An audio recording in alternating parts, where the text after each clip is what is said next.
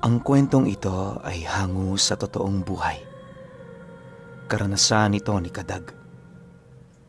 Taong 1969, San Enrique, Iloilo.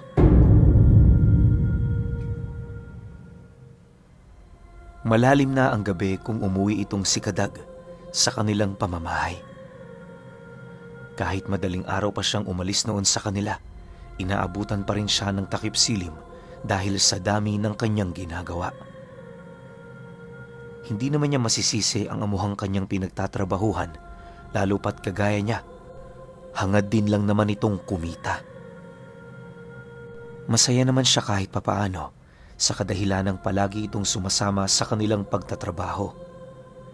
Kung alas 6 sila pumapasok, alas 6 din yun pumupunta, at kung alas 10 naman sila umuuwi, ganon din ito. Para kasi sa kanilang amo, napakahalaga ng oras. Hindi rin yun nagpapabaya, gawa ng marami yung anak na binubuhay. Ultimo 1 sentimo, napakahalaga rito. Papasapit na ang anihan noong mga panahong ito. Si Kadag noon, halos wala ng pahinga sa kanyang trabaho. Minsan isinasama na niya ang mga tiyuhin niya nang sa gayoy magkaroon pa sila ng karagdagang katuwang sa kanilang mga ginagawa. Kung hindi nyo kasi na itatanong, 2 ang bukid na kanilang pinagsasakahan. Una ang taniman ng palay at ang pangalawa naman ang taniman ng mga goma. Natatagalan sila sa taniman ng mga goma dahil masyadong komplikado ang pagkuha ng produkto nito. Hapon-hapon nilang sinusuyod ang lugar na yon para lang makakuha ng sapat na dagta mula sa mga puno. Sabihin na nating matrabaho pero malaki naman ang kinikita nila Kadag sa pagsasakang yon.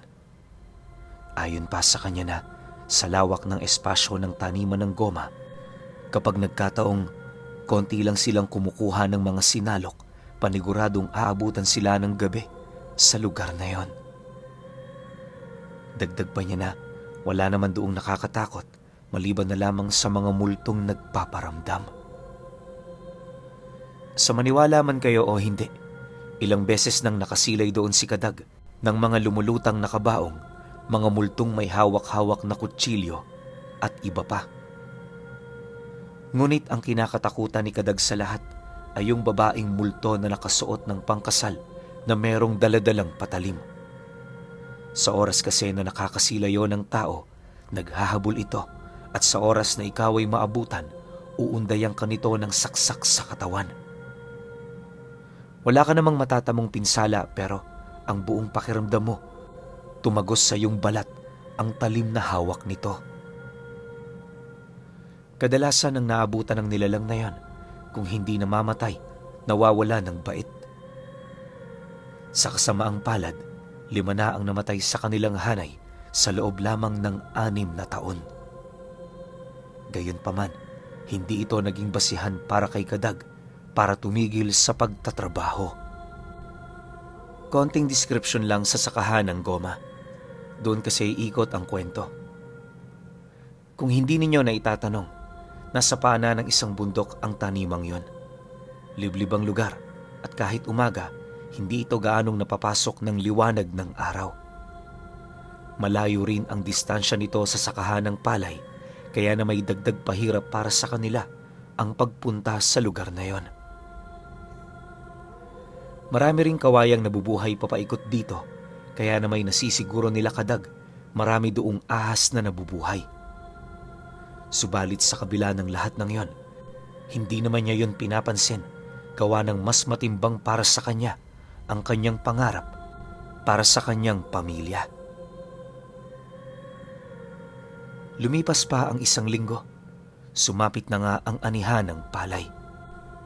Dahil sa dami ng kanilang gawain noon, kaya na may alas 4 pa lamang ng madaling araw, lumuwas na itong si Kadag para tumungo sa sakahan.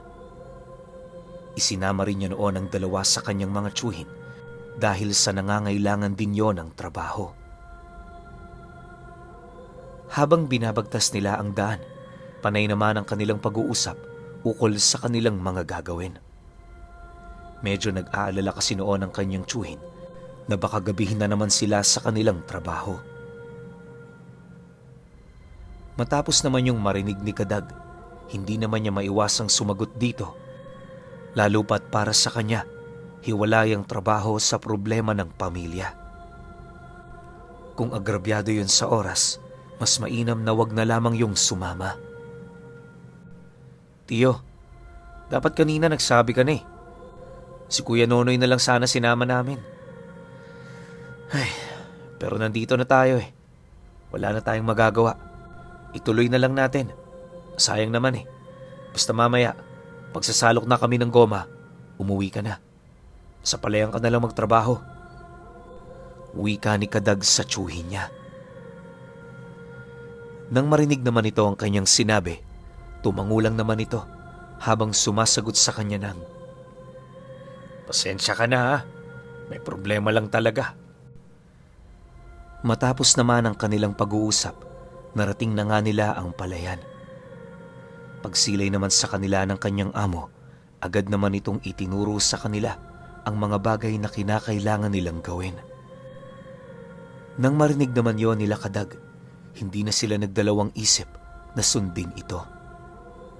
Sa isip-isip nila, mas maagang magtrabaho, mas madaling makakauwi. Makalipas pa ang ilang minuto, naging abala na sila sa pag-aani ng palay. Sa halos humigit 3 ektaryang lupain ng kanyang amo, bilang lamang ang mga trabahador nito.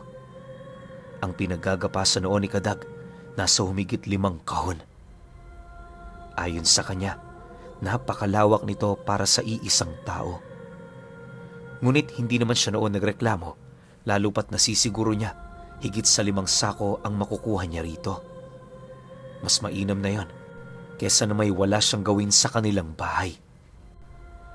Ilang oras pa ang lumipas, naging puspusa na ang kanilang ginagawa. Tirik na tirik man ang araw, hindi nila yon iniinda para matapos na sila ng maaga. Kinahapunan noong mismong araw, halos 3 na sa kahon ng palay ang natapos ni Kadag. Yung mga binti niya namamanhid na, pero pinipilit niya pa rin gumalaw. Ang dalawa naman niyang tiyuhin, halos matapos na, gawa ng 4 lamang na kahon ang nakatoka sa mga ito. Pagpatak ng 6:00 ng hapon, natapos na nga nila ang kanilang paggagapas. Matapos namang makuha ng tiyuhin niya ang ani nito, agad naman yung nagpaalam sa kanya na uuwi na. Hindi naman yun pinigilan ni Kadag, lalo pat meron din yung importanteng lakad. Maya-maya pa, nang makaalis na ito, agad naman nilang tinahak ang daan patungo sa sakahan ng goma.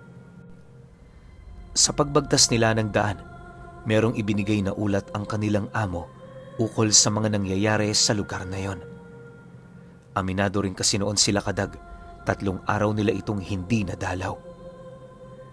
Hindi naman nila yun napapabayaan, lalo pat merong pumalit pansamantala sa toka nila. Ayon sa kanilang amo, na habang wala sila roon, may mga nangyaring hindi nila inaasahan. 2 sa kanyang mga ipinalit na magsasaka na wala sa lugar na yon. Yung isa namang natagpuan nila, nadatna nilang wala ng buhay. Akala nila natuklaw yon ng ahas, pero base sa estado ng katawan nito, hindi yun pinaslang ng kung anong galang hayop. Wala din silang nakitang marka ng tuklaw, kaya na may naging palaisipan talaga ang pagkamatay nito. Dagdag pa ng kanyang amo na nadatnan nila yung nakadilat ang mga mata, tapos nakanganga ang bunganga. Nakataas din ang 2 kamay nito na parabang meron yung pinipigilang nilalang. Ang mas ikinatakot pa nila ay yung mga marka ng karit ng kuko sa tabi ng bangkay nito. Para hindi naman sila mapagbintangan ng mga kamag-anak, hinintay nila yung dumating bago galawin ang bangkay. Lubos namang nauunawaan nito ang kanilang amo, kaya na may minabuti na ng pamilyang yon na wag na silang sisihin sa mga nangyari. Gayunpaman, bilang pagpapakita ng kanilang pakikiramay, nangako ang amo nila sa mga magulang nito natutulong sila sa pamilya sa lahat ng kinakailangan nila. Matapos naman itong mailahad ang tungkol sa mga bagay-bagay, mariin naman sila nitong inabisuhan na huwag gaanong magpaabot ng dilim sa lugar na yon. Sa oras din na nakarinig sila ng nakakapangilabot na ingay, umalis na sila roon sa lalong madaling panahon. Dagdag pa ng amo niya na wala siyang sisisihin sa oras na malugi sila sa pagbibenta ng dagta ng goma. Nang marinig naman ni Kadag ang sinabi nito, tumangulang naman siya habang nananatiling tahimik. Sa isip-isip niya, tama lang ang pasya nito, gawa ng di hamak na mas mahalaga ang buhay sa kahit na anong bagay. Ilang minuto pa ang lumipas, narating na nga nila ang lugar kung saan doon tumambad sa kanila ang napakadilim na sakahan ng goma. Sa estado ng lugar na yon, pakiramdam ni Kadag, meron nga doong nangyayaring kakaiba. Gayunpaman, dahil sa hindi naman siya albularyo, hindi niya yun gaanong pinagtuunan ng pansin.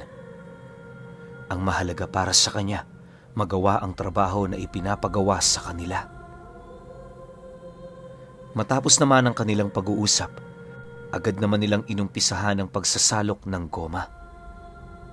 Sa unang punong napagkunan nila, wala naman silang naramdaman doong kakaiba, pero habang unti-unti silang pumapasok sa looban nito, dahan-dahan ang nagbabago ang simoy ng hangin.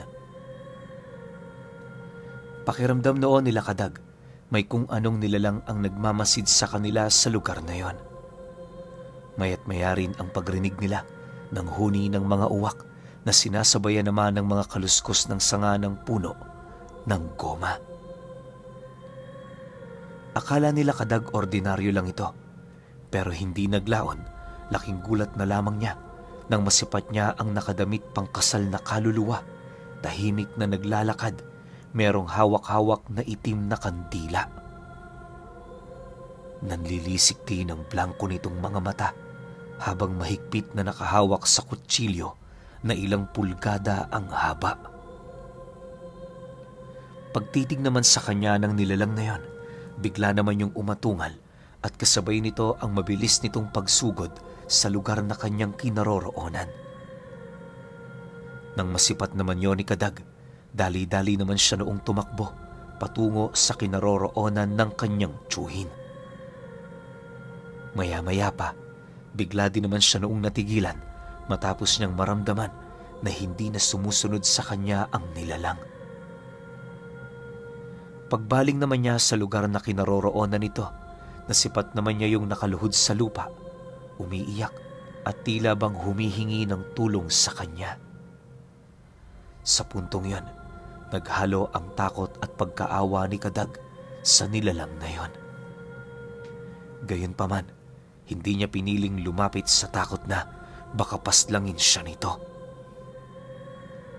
Makalipas pa ang ilang minutong pagmamasid, napilitan na rin siyang tumakbo papalayo. Sa pagdating naman niya sa kinaroroonan ng kanyang tiyuhin, nadatna naman niya yung abalang-abala sa pangunguha ng dagta ng goma.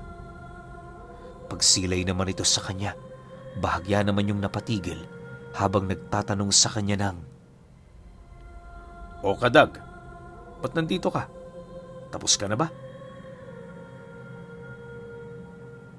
Matapos naman itong makapagsalita, agad naman itong isinabit sa puno ang hawak nitong sulo. Nang masipat naman niya ang ginawa nito, dali-dali naman niya yung nilapitan at kasabay nito ang mabilis niyang pag-ihip sa siga ng sulong yon. Pagbalot naman ang katahimikan sa buong lugar, nanginginig naman siyang sumagot dito ng, "Tiyo, umalis na tayo rito. Merong hindi magandang nangyayari. Kanina." Di pa man siya tapos sa kanyang pananalita, bahagya naman siya noong napatahimik dahil sa napakalakas na pag-atungal na kanilang narinig. Sa isang iglap, mabilis naman silang kumaripas ng takbo papalayo. Sa puntong yon, hindi na nila mawari kung saang lugar sila pupunta Sa kadahilan ng pakiramdam nila, umiikot sa buong paligid ang nilalang na yon. Maliban sa ganoong pangyayari, unti-unti rin silang nakakarinig ng malalakas na pagkumpas ng pakpak ng kung anong nilalang. Labis noong naniniwala si Kadag, hindi nang gagaling sa kung anong hayop ang tunog ng kumpas ng pakpak na kanilang naririnig. Ilang beses pa nilang sinubukang sipatin yun sa langit pero bigo silang yon ay masilayan. Bukod kasi sa napakadilim ng kalangitan, nagkataon din noong walang buwan. Makalipas pa ang ilang minutong pananakbo, narating na nga nila ang labasan ng taniman ng goma. Mula roon, rinig naman nila ang sigaw ng iilan nilang mga kasama na naroon pa sa loob. Bagaman nais nila yung tulungan, hindi nila ito magawa-gawa, lalo na't wala rin silang kakayahan na labanan ang ganoong uri ng nilalang. Upang mailigtas ang kanilang mga buhay, nagdesisyon na noon sila Kadag na magmadali patungo sa bahay ng kanilang amo. Malayo-layo pa yon sa kanilang kinaroroonan pero alam nila na yon ang pinakamalapit na tahanan sa lugar. Kalahating oras pa ang lumipas, patuloy pa rin silang tumatakbo sa daang pinalilibutan ng kakahuyan. Sa pagtahak nila ng lugar, hindi naman nila mawari ang dami ng nilalang na nagpaparamdam sa kanila. Ayon kay Kadag na, habang tumatakbo sila noong mismong oras na yon, samot-saring ingay ang kanilang naririnig. May mga umiiyak, humihingi ng tulong, nagsisigawan at kung ano-ano pa na nagbibigay takot sa kanilang mga sarili. Pero sa lahat ng pagpaparamdam na yon, ang ikinatakot noon ni Kadag ay noong tambangan sila ng isang malataong nilalang na merong kakaibang itsura. Paglalarawan niya sa nilalang na yon, napakahaba ng buhok nito sa katawan at halos hindi na makita ang kabuuan nitong anyo. Gayunpaman, nanatiling nakalitaw pa rin sa katawan nito ang mga matatalas nitong mga kuko at pangil. Nanlilisik din ang mapupulang mata ng nilalang na yon at habang nakatitig yun sa kanila, walang patid ang pagtulo ng laway nito. Matapos naman nila yung masilayan, agad naman silang sumuot sa kakahuyan. Ngunit habang binabagtas nila noon ang daan, pansin na pansin nila ang pagsunod nito. Habang tumatagal, dahan-dahan na nilang naririnig ang pag-atungal ng nilalang na yon. Kahit pagod na sila, hindi pa rin sila tumigil sa pagtakbo hanggang sa doon na nila narating ang bahay ng kanilang amo. Sakto lang noon ang pagpasok nila sa bakuran ng bahay nito nang biglang sumunggab sa kanila ang nilalang na humahabol. Dahil sa pangyayari, napilitan na sila doong makipagbuno habang patuloy na sumisigaw. Hindi naglaon nang marinig naman ng kanilang amo ang paghingi ng tulong. Nagmamadali naman yung lumabas ng bahay, bitbit ang isang mahabang barel.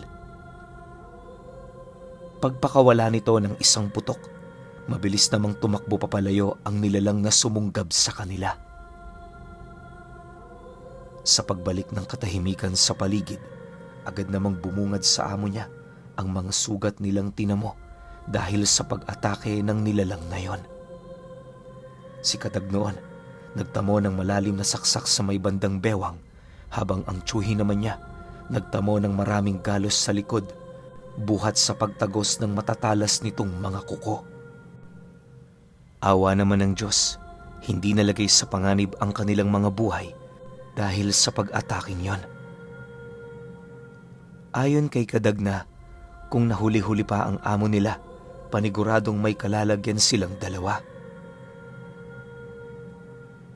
Makalipas pa ang ilang minuto, nang magkaroon na sila ng lakas para tumayo, agad naman silang pumasok sa loob ng bahay nito para magpahinga.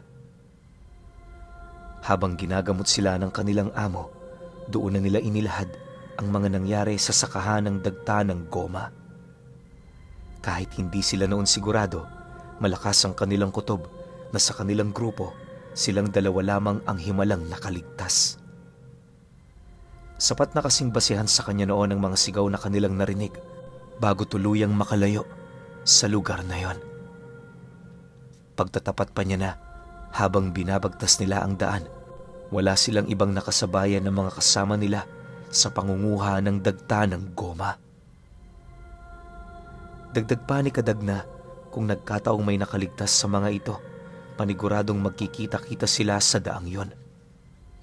Hindi naman kasi maaaring dumaan sa likod ng sakahan, lalo pat isang malalim na bangin ang naroon.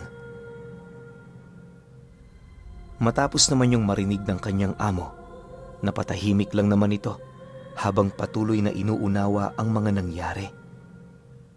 Maya-maya pa, pagtitig naman ito sa kanya, seryoso naman yung sumagot ng, "Magpahinga na muna tayo. Bukas na natin isipin ang ating gagawin. Sa ngayon wala tayong magagawa kundi ang magpalipas ng magdamag.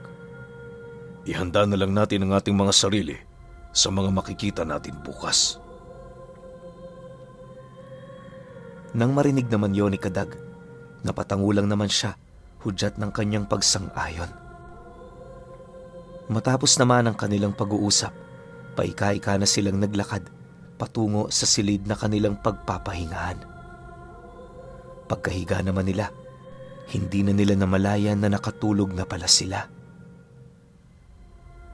Pagmulat ng kanilang mga mata, napansin naman nila noon na maliwanag na. Yung amo nila, abalang-abala sa pag-uutos sa mga magsasakang kararating pa lamang sa bahay nito. Isang oras pa noon ang dumaan, nagimbal sila Kadag sa mga balitang kanilang nalaman. Sa puso kasi ng taniman ng goma, doon bumungad sa kanila ang 5 bangkay ng mga magsasaka na nakabitin sa mismong sanga ng mga ito. Wala na rin yung mga ulo at sa estado ng kanilang mga katawan, tila bang dumaan sila sa isang matinding paghihirap bago yun tuluyang binawian ng buhay. Ang mas ikinagulat pa noon nila Kadag, 3 sa mga bangkay na yon ang nasipat nilang wakwak na ang mga dibdib. Yung mga bituka nito nakalaylay na sa kanilang mga katawan na para bang pinagsaluhan na ng kung anong galang hayop. Matapos naman yung masilayan ng mga manggagawa ng kanilang amo, agad naman itong ipinatawag ang mga kamag-anak nito. Sa kanilang paghahanap, bigo naman nilang matagpuan ang 4 pang bangkay ng kanilang mga kasamahan. Dahil sa ganoong pangyayari, wala nang nagawa ang amo nila kung hindi akuin ang lahat ng mga patayang nangyari sa lugar na yon. Noon ding mismong araw, ikinulong ito kasama ang 3 pa nitong mga anak. Ngunit dahil sa tulong na rin ng mga kamag-anak ng mga biktima, kahit papaano gumaan ang parusang natanggap nito. Imbis na kamatayan ang parusang kanilang matatanggap, napalitan na lamang yon ng 4 na dekadang pagkakakulong. Labis naman yung ipinagpasalamat ng amo nila, gawa ng kahit papaano, mabibigyan pa sila ng pagkakataon para mabuhay. Dahil sa pagkakulong ng may-ari ng sakahan, tuluyan na ring natuldukan ang pagtatrabaho nila Kadag sa taniman ng goma. Ang tanging pinagtuunan na lamang nila doon ng pansin ay ang palayang naiwan nito. Tuwing anihan, nagbibigay sila ng malaking parte sa naiwan nitong pamilya para makatulong na rin sa gastusin, gayon din sa perang gagamitin sa pagpiyansa.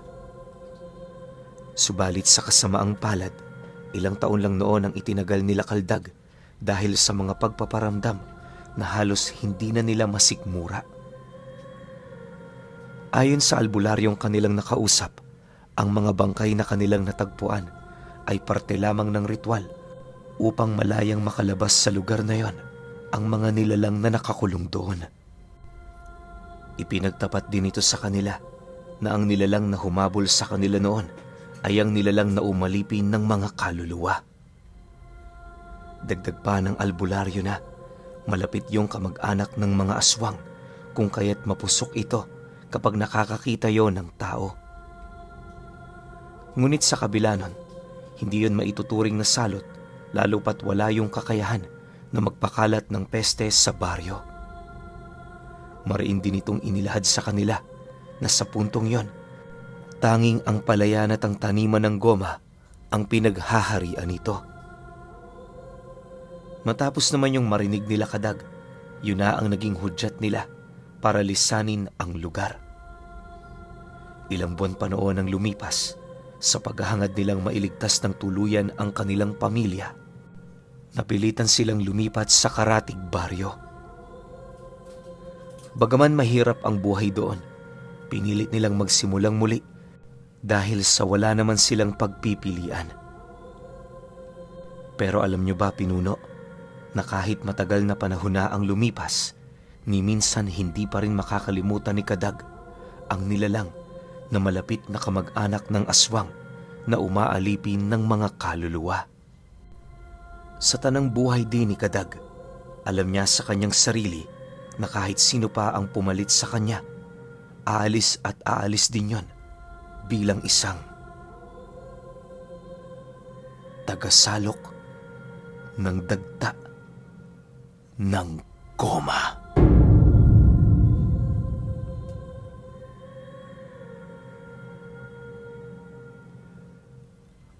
Okay, opinion ko sa kwento. Di na masyadong mahaba kasi di pa rin kasi talaga ako ganun kagaling.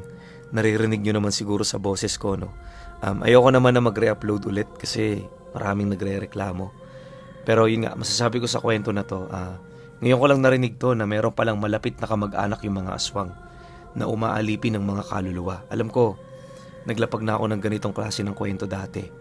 Kung hindi man umaalipin, parang kinakain nila yung kaluluwa ng mga tao. Diba? Nakalimutan ko lang yung tawag pero meron tayong ganyang kwento nun. Sana merong isang subscriber natin yung makaalala ng kwento para makomment niya kung ano yung title. Hindi ko talaga kaya. Kaya kayo nang bahala. Kung may opinion kayo sa kwentong ito, comment nyo lang sa baba. Yun lang. Hanggang sa susunod na kwento. Salamat.